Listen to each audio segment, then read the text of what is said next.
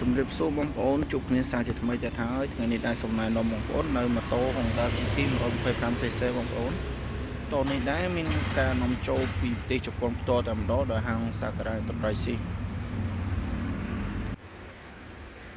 ម៉ូតូនេះដែរបងប្អូន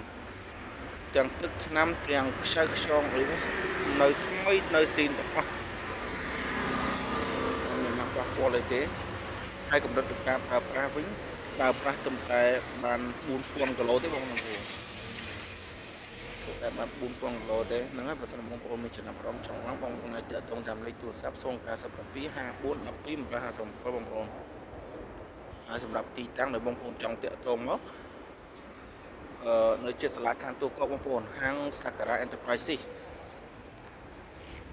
ហ្នឹងហើយបងប្អូនចូលមើលទាំងអស់គ្នាខ្សែខ្យង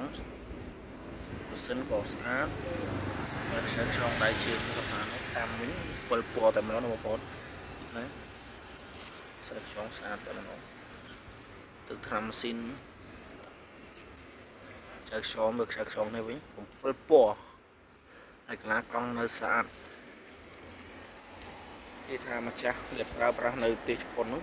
គេប្រើប្រាស់បានតិចតែមើលតែមកទើបតែ 4000 គីឡូ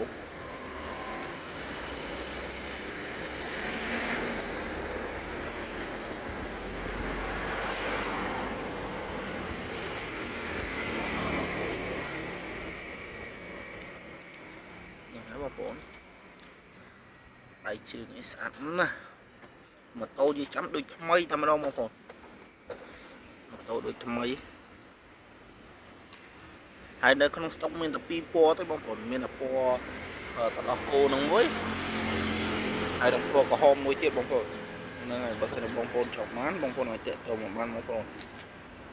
រឿងវាពីមុខស្អាតណាត្រូវបងប្អូនចង់បានយកទៅជីទ្រីបជីអីត្រូវណាហ្នឹងបងប្អូនបើសិនជាចង់បានបងប្អូនទាក់ទងមកតាមលេខទូរស័ព្ទ097 54 12 157បងប្អូន